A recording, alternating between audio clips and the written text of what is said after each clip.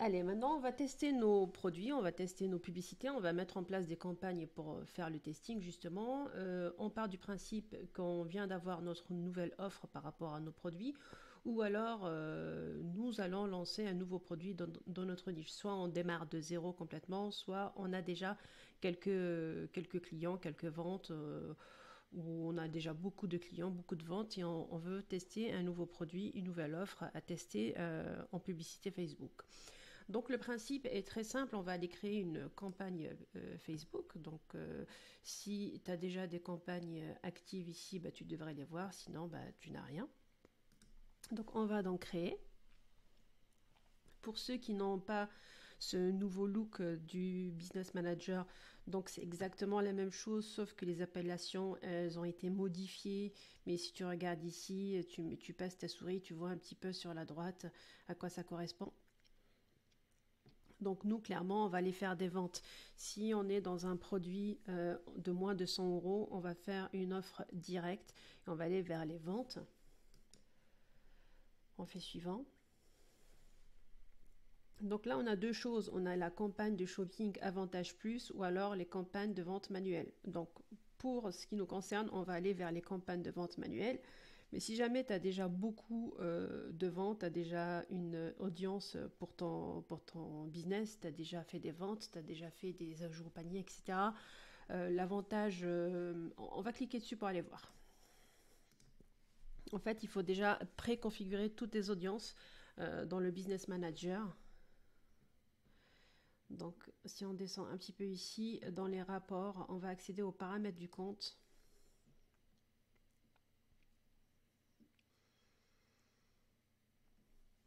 Et ici, dans les campagnes d'achat avantage, il va falloir qu'on plug ici toute notre clientèle existante. Et ça se passe tellement carrément par des audiences personnalisées.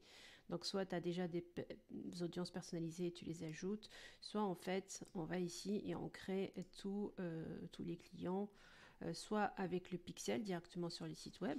Donc ça se présente comme ça. Donc toute la source, ça va être le pixel de ton site et tous les gens qui ont acheté. Donc tu peux affiner un petit peu par le temps passé, par les pages qui ont été consultées spécifiquement. Et donc c'est là où tu ajoutes un petit peu tes audiences ou alors tu ajoutes un fichier client de tes acheteurs. Nous, clairement, c'est pas ce qui nous intéresse. Donc, en fait, une fois que tu as sauvegardé ça, une fois que ta liste elle est pleine de clientèle existante, Facebook va optimiser ça automatiquement. Il va créer des audiences automatiques, il va exclure les acheteurs, etc. Bon, je pense que c'est bien pour les magasins ou les business qui ont des tonnes et des tonnes de data. Pour nous, on va aller tranquillement manuellement. Donc je vais fermer ça, on va pas aller là-dessus. Donc on va créer une campagne vente. Fait suivant. On va faire campagne de vente manuelle. Suivant. Donc une fois qu'on est là, ben, tu la nommes comme tu veux. C'est le nom de ta campagne. Moi je l'appelle souvent testing avec le nom du produit.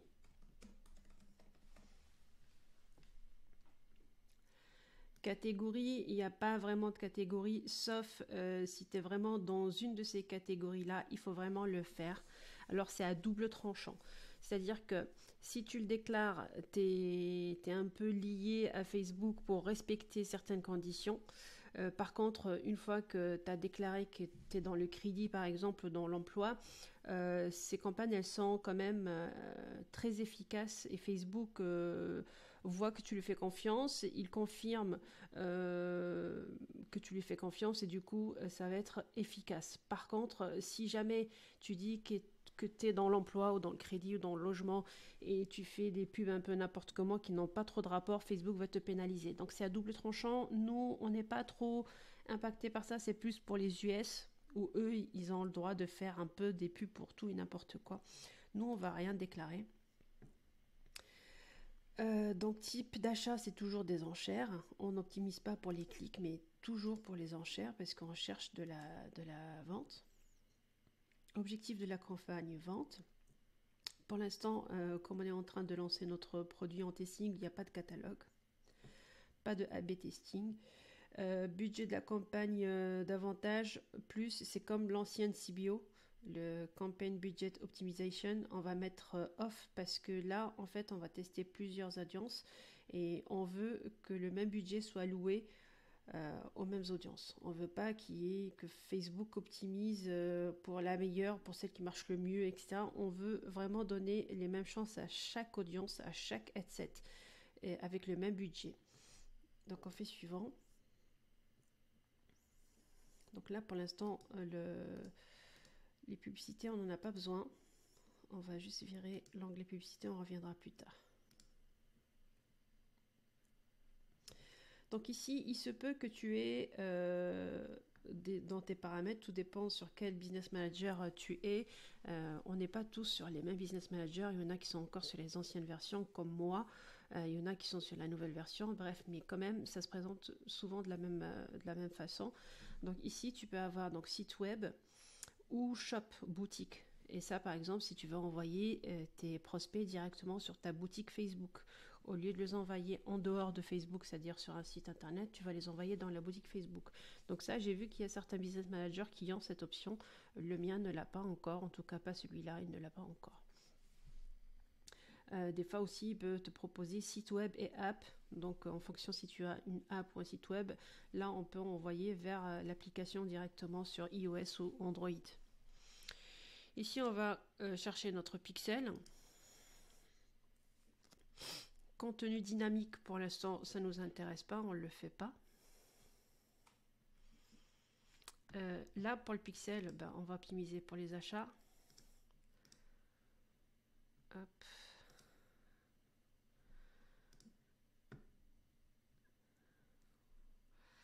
Donc là, objectif parcours, on va rien mettre. Ici, évidemment, quand on cherche des conversions, on ne cherche pas des vues de pages de destination ou autre option. Donc là, on laisse vide parce qu'on n'a pas d'objectif particulier. Ici, dans les paramètres d'attribution, alors moi, je te conseille de laisser sur 7 jours après le clic ou 1 jour après la vue.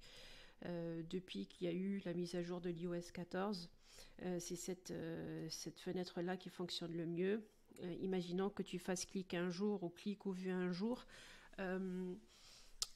Il arrive souvent que les gens, quand ils voient une pub sur Facebook, ils la voient et puis ils cliquent pas forcément, et du coup ils se disent tiens, qu'est-ce que j'ai regardé tout à l'heure, ou ils font une capture d'écran pour retourner voir le produit, et du coup quand ils vont le voir, ils vont naturellement sur Google pour chercher le nom de la boutique, chercher le produit. Donc du coup, si tu mets sur un jour, l'attribution, elle va être donnée à Google et pas à Facebook, ce qui est dommage parce que sur Facebook, ça nous permet de récolter cette data et de l'utiliser pour l'optimisation. Donc tu sais pas si ta publicité Facebook, elle a fonctionné, si le client, il a été cherché sur Google pour venir sur ton site. Donc du coup, c'est dommage. Et là, en laissant une fenêtre un peu plus grande de 7 jours de clic, on sait que la conversion, si elle est faite dans les 7 jours, elle vient de Facebook. Donc on laisse tel quel. Budget quotidien. Alors concernant le budget, j'ai fait un petit tableau. On va aller le voir. Alors, le budget pour le testing. Si ton budget mensuel est de 1000 euros, par exemple, ou moins de 1000 euros, il faut le mettre, c'est d'après les tests, etc. 6 à 7 maximum par campagne, enfin, par mois, on va dire, dans tes testings, et 5 euros de budget quotidien. C'est-à-dire, imaginons, là, on est en train de créer une campagne. Cette campagne-là, il faut qu'il y ait dedans 6 headsets, et chaque headset doit avoir comme budget de 5 euros. On peut également dire, dans cette campagne, je vais avoir seulement 5 headsets et une campagne retargeting. En fait, tout ça, c'est lié à ton budget. Si tu as un budget entre 1000 et 5000, ça va être 10 euros par headset et tu as un maximum de headsets de 16. Donc, tu peux dire que tu en mets 13 en headset classique et 3 en retargeting. si tu as un budget entre 5 000 et 15 000, ça veut dire que tu es déjà expérimenté dans la publicité. Il faut que ton budget minimum soit de 15 euros et tu peux mettre 33 headsets. Et au-delà de 15 000, tu peux mettre 25 euros par headset. On est toujours en phase de testing. Hein. On n'est pas dans le scaling, on n'est pas dans le budget de tes campagnes qui fonctionnent bien. Et le maximum par headset, malheureusement, depuis quelques années maintenant, on est limité dans notre compte publicitaire. Ça, tu peux le voir sur tes paramètres de l'entreprise et voir la limite de ton compte publicitaire. S'il est tout neuf, tu n'as pas un nombre énorme de headsets, mais s'il a un peu d'antériorité et d'ancienneté, tu peux aller quand même chercher beaucoup de headsets. Donc là, sur le budget, on va dire qu'on a un budget de 1000 euros, entre 1000 et 5000, on va mettre 10 euros par headset.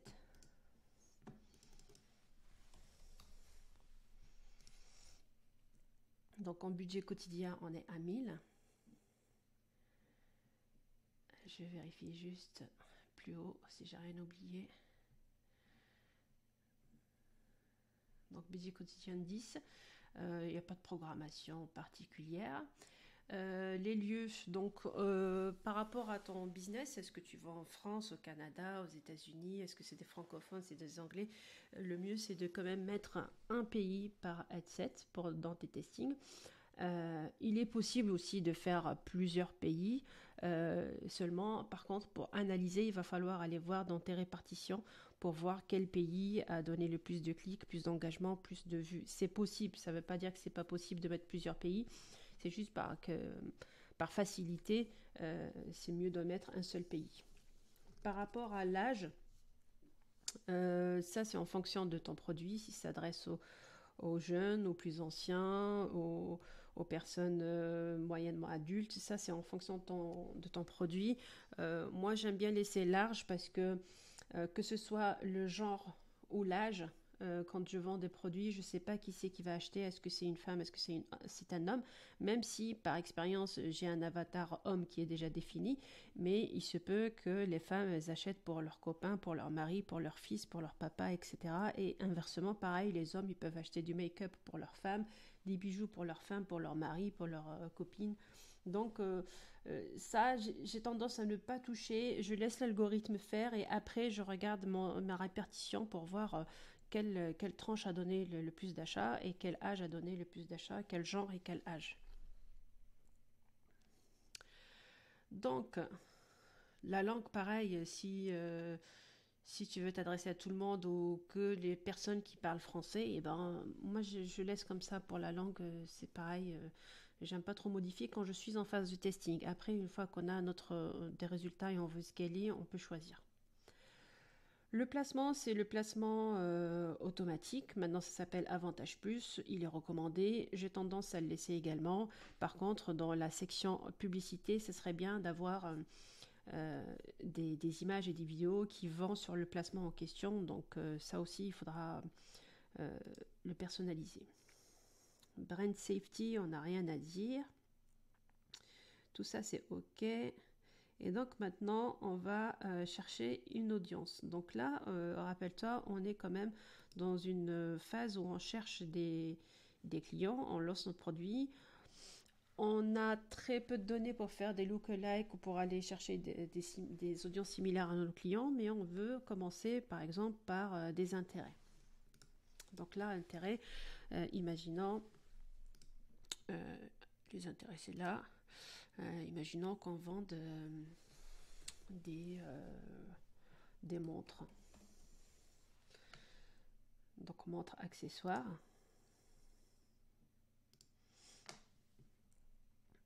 Donc là, la taille de l'audience, elle est de 10 millions.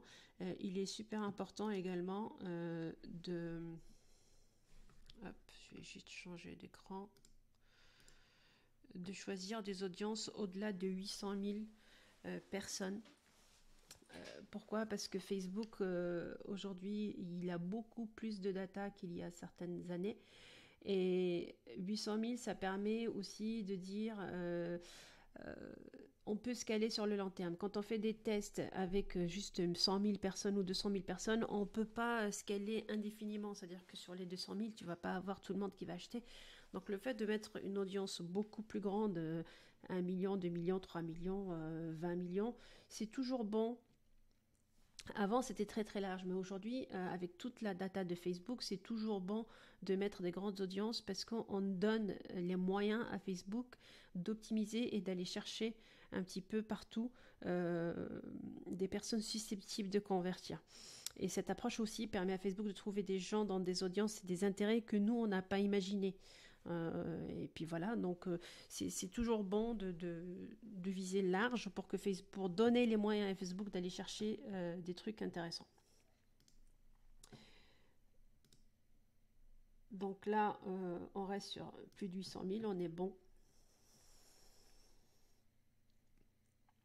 Si tu n'as jamais fait de publicité sur ce produit ou sur cette nouvelle niche ou sur peut-être que tu viens de démarrer un nouveau magasin, tu n'as pas besoin d'exclure des audiences.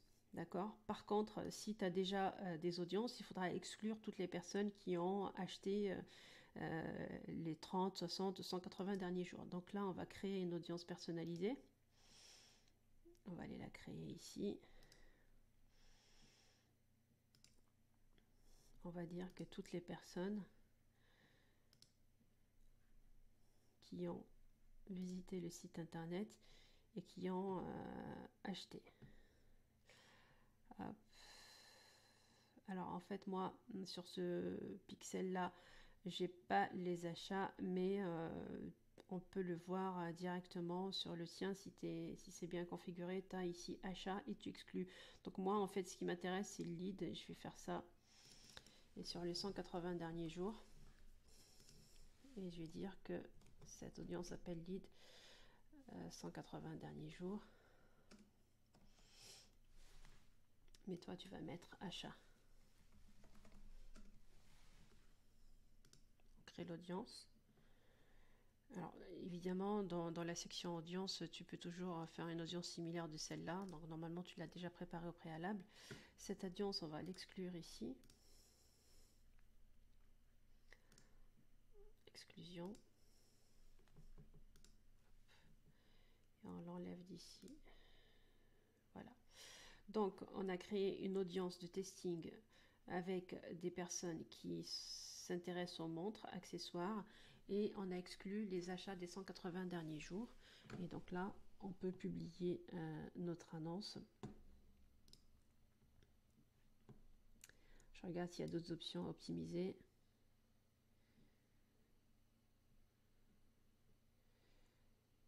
Donc pour l'instant, c'est tout bon. Ok, donc on nomme l'audience quand même. Elle s'appelle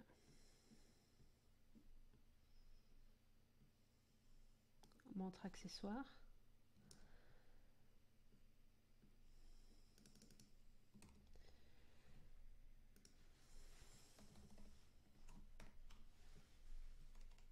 Alors évidemment, toi, tu peux nommer de manière beaucoup plus structurée tes publicités, tes adsets, tes campagnes.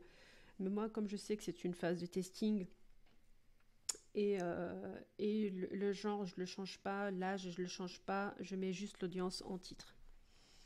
Donc là, je publie. La publication, elle ne va pas forcément se mettre en place parce qu'il n'y a pas de publicité derrière, mais ça, c'est pas très grave. Donc si je récapitule mon petit tableau ici, donc dans les phases de testing,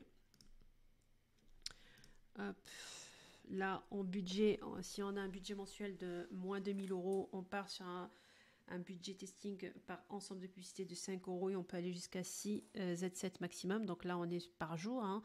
Donc 5 x 30, on est à 5 x 6, on est à 30. Multiplié par 30 jours, on est à 900 euros. Si on est entre 10 000 et 5 000, donc le budget par ensemble de publicité est de 10 euros et là on peut mettre jusqu'à maximum 16 ad-7 et ainsi de suite. Pour les audiences, il faut mettre une audience par ad-7. Ça nous permet de mesurer exactement les résultats de chaque audience. Ça permet aussi d'avoir une analyse et de tester plus tard parce que là on est en phase de testing, c'est-à-dire que là on est en train de récolter de la data qui va être super efficace pour nous derrière pour scaler. C'est-à-dire que s'il y a des ensembles de publicités qui fonctionnent, on va pouvoir les emmener dans la phase normale et ils sortent de la phase de testing. Lors des tests, c'est important de savoir quelle audience est plus efficace au lieu de tester tout ça un petit peu à l'arrache de manière random et on ne sait pas trop quel intérêt a apporté des ventes ou des vues de contenu, etc. Et après, une fois qu'on sort de cette phase de testing, on peut mélanger les intérêts. Pour les audiences, on a dit que c'était plus efficace d'avoir minimum 800 000 personnes dans une audience. Et la taille de l'audience, évidemment, ça permet de cibler très très large et ça permet à Facebook d'avoir les moyens d'aller chercher des intérêts qu'on n'a même pas soupçonnés. C'est un départ pour un meilleur scaling, donc c'est toujours bon à prendre. On revient ici dans notre campagne et celle-là, on va la dupliquer rapidement. Donc on garde exactement les mêmes paramétrages et on va chercher un autre intérêt. Donc, on va regarder dans les suggestions. Donc, il nous montre shopping en ligne, accessoires de mode, acheteurs actifs, Rolex, remontage mécanique, etc. Montre mécanique, ça peut être intéressant. On va enlever celui-là. Donc, tout ça, c'est des... On va dire que c'est basique comme technique. Mais avec le budget et le nombre de headsets qu'on a mis en place, on va avoir des résultats intéressants. Donc on a toujours les achats qui sont exclus et on publie. Comme on est parti sur un budget de 10 € par headset, donc si on regarde notre tableau, 10 € par headset, ça veut dire qu'il en faut 16 au maximum. Donc pour en faire 16, il faut trouver 16 intérêts. Alors on va dire 14 intérêts plus 2 campagnes de retargeting. Donc c'est sympa, donc ça nous laisse un petit peu de matière. Et ainsi de suite, jusqu'à ce qu'on ait trouvé les 16 intérêts. D'accord? Donc là, on continue. On a parlé de ces audiences-là. Il y a une question aussi, c'est combien de temps je teste. Je veux dire, je ne peux pas rester en testing pendant 30 jours si jamais ça déconne, ça ne marche pas, etc. Donc, en fonction de tes tests réalisés, la durée pour récolter la data, elle va varier. Si tu vends un produit de moins de 100 €, ça peut être un bijou, une montre, un vêtement, généralement, les résultats constatés, c'est qu'on laisse ça tourner pendant 7 jours. Pendant 7 jours, on a assez de data pour savoir si ça vend, si ça ne vend pas. Est-ce qu'on arrête, est-ce qu'on n'arrête pas? Donc, 7 jours, ça paraît correct. C'est pas non plus 2 jours parce qu'on a des petits budgets. Parce que même 25 € par headset le maximum, eh ben c'est pas un gros budget. Donc il faut quand même laisser à Facebook le temps de se mettre en place et d'aller chercher des résultats. Si on a un produit entre 100 et 1000 €, donc ça veut dire que c'est un produit pas à étiquette mais moyen, médium, là les résultats constatés, on est entre 7 et 14 jours. Donc il ne faut pas arrêter ton test au bout de 10 jours parce que tu sais que tu peux aller jusqu'à 14 jours pour ce test-là. Et sur les produits à étiquette, où là on est sur plus de 1000 €, ça peut être du coaching, du consulting, ça peut être des produits électroniques, des téléphones, etc., des ordinateurs, tout ce qui coûte au-delà de 1000 €. Là, on peut, en fait, il n'y a pas de jour exactement précis, parce que ça dépend du client, mais on peut dépenser le nombre de jours qui correspond au prix du produit, c'est-à-dire ton produit il coûte 1000 €. Tu mets en publicité, tu es à 100 € par jour de pub. Et ben, au lieu de 10 jours, tu as atteint les 1000 €. Les 1000 €, c'est le prix de ton produit. Si au bout des 10 jours, tu n'as fait aucune vente, tu coupes et tu recommences. Tu recommences de nouvelles publicités, de nouveaux intérêts, un nouveau targeting. Si ton produit il coûte toujours 1000 €, ton budget au journalier il est de 100 €, au lieu de 6 jours tu as fait une vente, et ben c'est parfait.